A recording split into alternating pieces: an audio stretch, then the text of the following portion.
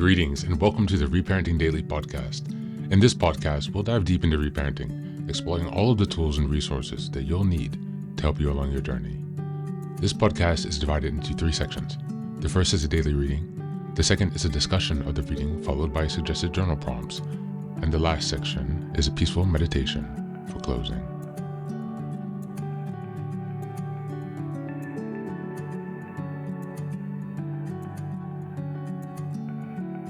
Good morning, good afternoon, and good evening from whenever and wherever you're joining us today. I'm so glad that you're here as we continue on this journey of self-expansion and growth. If this is your first time, welcome. Before we dive in, a quick reminder. Like, share, and subscribe to this podcast on Apple Podcasts, Spotify, and YouTube. Your support here helps spread the word and grow this community of self-reparenting. Now for a few updates. First, I'm excited to introduce our Patreon community, where for a small monthly fee, you can join us for 3 weekly reparenting support meetings. Sundays, we have a guided meditation for emotional grounding. On Tuesdays, we have a book club discussion for deeper discussions and growth. And on Thursdays, we have open topic conversations for real-time support on any topics that may come up. You can find all of the details about what's included in this community by going to the Reparenting Daily website and checking out the community tab. In addition, we now have a WhatsApp support group, a global network of fellow travelers available anytime you need encouragement, guidance, or simple connection. This is just one of the many ways we're building a strong, supportive space for your reparenting journey. The next announcement is that I've just released my first few books. The first is the Reparenting Daily Journal, a structured 365-day guide to help you work through reparenting day by day. Starting in 2025, each month focuses on a key theme with weekly sub-themes. The Reparenting Daily podcast episodes align with the journal, making it an interactive and immersive experience to help you stay focused and ensure real progress this year. Now for the next announcement, I'm thrilled to introduce Fairy Tales for Reparenting Daily, a collection of 3 books inspired by Jungian analysis, mythology, philosophy, psychology, and most importantly, the work of Marie-Louise von Franz. These short, simple stories are designed to help you reconnect with your inner child and experience healing through storytelling. What makes these books unique? Well, at the end of each story, there's a deep dive analysis exploring its themes, explored by journal prompts to help you reflect on how these lessons relate to your personal journey. All of these books are now available on Amazon, so go ahead and take a look and support this project. Reparenting is a journey of growth, iterative change, and continuous improvement. Much like nurturing the bonsai tree, it requires patience, care, consistency, and attention. Thanks for being here and supporting this work, and for committing on your journey of self-expansion. Now, without further ado, let's dive into today's practice. Today's reading is an article from Positive Psychology. It's entitled How to Express Emotions, 12 Ways to Communicate Your Feelings by Susan McGarvey. Just as a reminder, we're in May, and the theme for this month is emotional regulation. This is the beginning of week 3, which is May 15th until the 21st. And the theme for this week is expressing emotions healthily. How to express emotions, 12 ways to communicate feelings. This is quite a long article. It's about a 15-minute read. And so as a result, I'll read a portion of it, and you can find the link in the show notes. I do encourage you to check out the article lesson in its entirety for your future benefit. Without further ado, let's get started.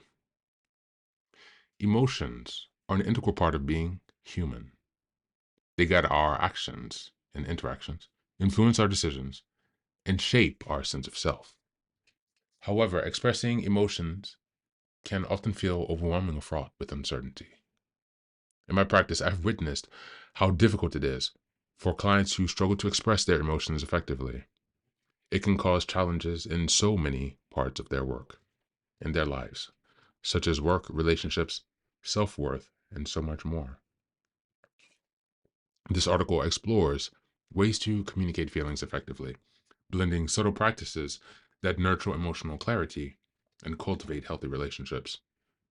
Before you continue, we thought you might like to download our 3 emotional intelligence exercises for free. You can find that in the show notes or in the link in the show notes.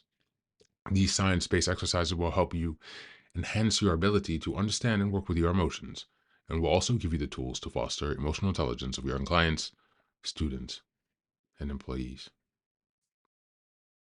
How to express emotions in a healthy way. Expressing our emotions is a complex issue. As you work with your clients, you may want to explain that emotional expression is both a language and an embodied process. That means that although we may use words to outwardly explain what we're feeling, our body is processing and expressing these emotions in its own way. Teaching your clients to practice body awareness and embodied presence in the feeling and expression of their emotions may help them improve their emotional expression and the quality of their relationships. You may also want to start by helping your client learn how to identify their feelings. The following feeling wheel may be a helpful tool for that practice.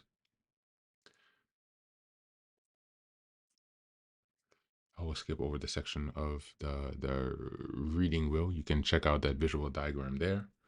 It's a really great article, so I encourage you to check it out. Uh, the next, creating a mindful space, expressing emotions in a healthy way, requires an understanding of your feelings and a thoughtful approach to sharing them. Cultivating a calm, open state of mind is essential for clear communication. You can help your clients do this by practicing these approaches. Number one, pause before responding. Number two, focus on the present moment.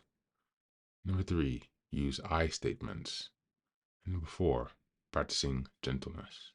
These practices will allow your clients to create space for emotional authenticity and hopefully minimize misunderstandings and defensiveness. Feelings versus emotions versus moods. Learning to understand the nuances between feelings, emotions, and moods can deepen your client's self awareness and improve their ability to express themselves. The following graphic clearly outlines the difference between the three. I encourage you to check that out also. It's a very nice infographic. As you can see, the key differences are that emotions are intense, often fleeting reactions to specific events, such as excitement after receiving good news. Feelings are your subjective interpretation of emotions, like interpreting excitement as happiness or pride.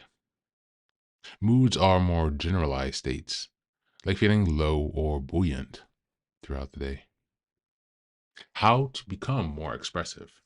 Becoming more expressive involves expanding emotional awareness and building confidence in sharing feelings. Here are ways your clients can achieve this. Observe and reflect. Ask your clients to pay attention to their internal state throughout the day, noting how situations influence their emotions. Number two, find creative outlets. Writing, drawing, or even movement can provide ways to explore and express their feelings that are hard to put in words. Number three, practice small acts of openness. Encourage clients to share minor feelings with someone they trust and gradually work towards expressing deeper emotions. Learning the language of emotions. A broader emotional vocabulary can help your clients to articulate their feelings more precisely. For instance, help them with differentiating between annoyed, frustrated, and angry. Consider using the feeling dictionary below to help your clients learn the language of emotions.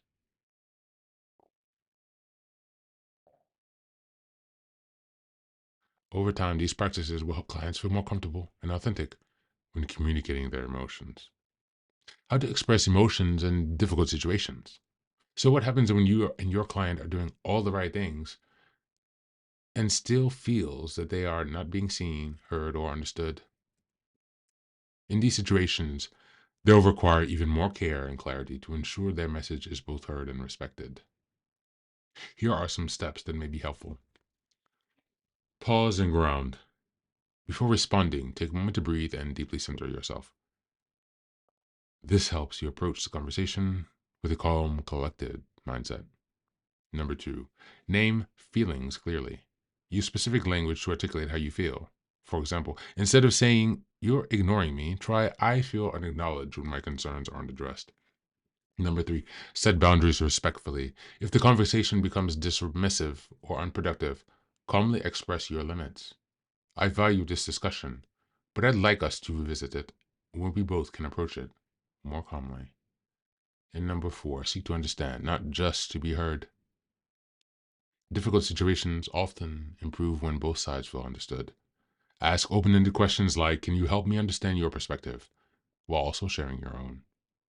By balancing assertiveness with empathy, clients can navigate through even the toughest conversations in a way that fosters respect and resolution.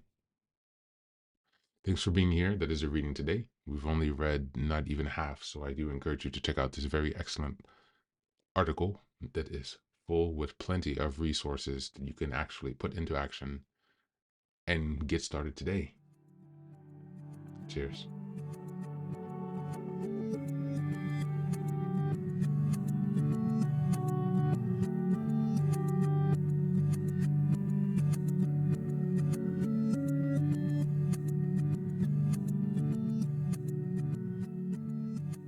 Welcome back. Welcome back.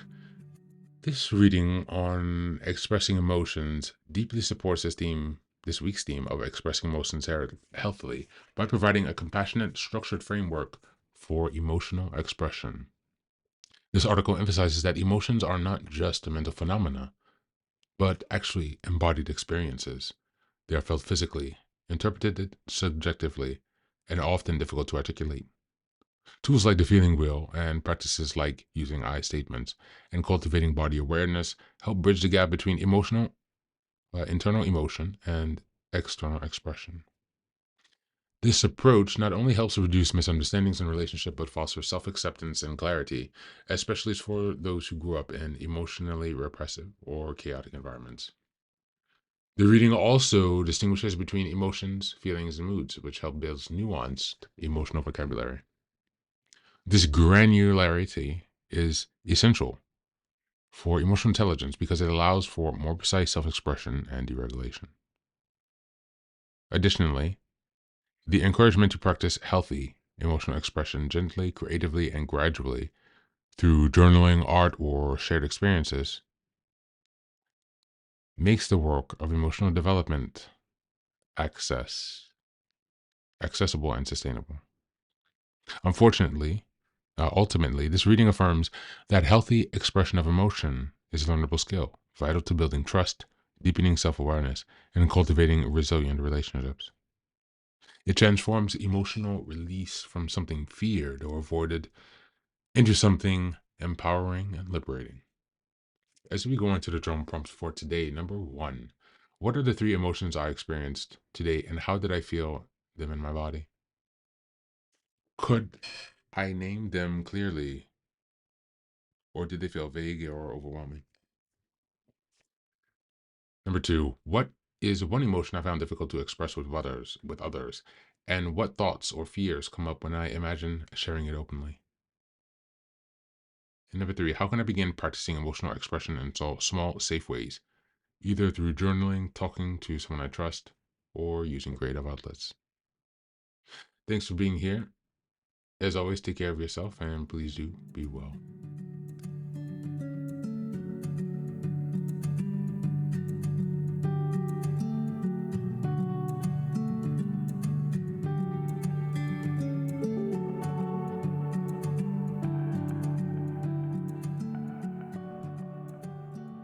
Welcome back. Welcome back.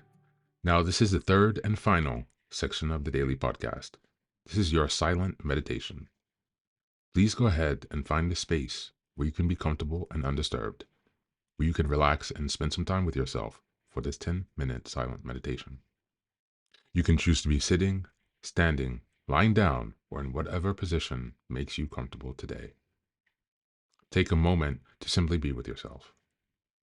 Focus on your breath and gently connect with each part of your body. If thoughts arise, don't let them overwhelm you. Just observe them without attachment. Imagine them as leaves drifting down atop a river, passing by without needing your engagement. Stay present, grounded, and open to this moment, no matter what time you are listening and practicing this meditation. Namaste.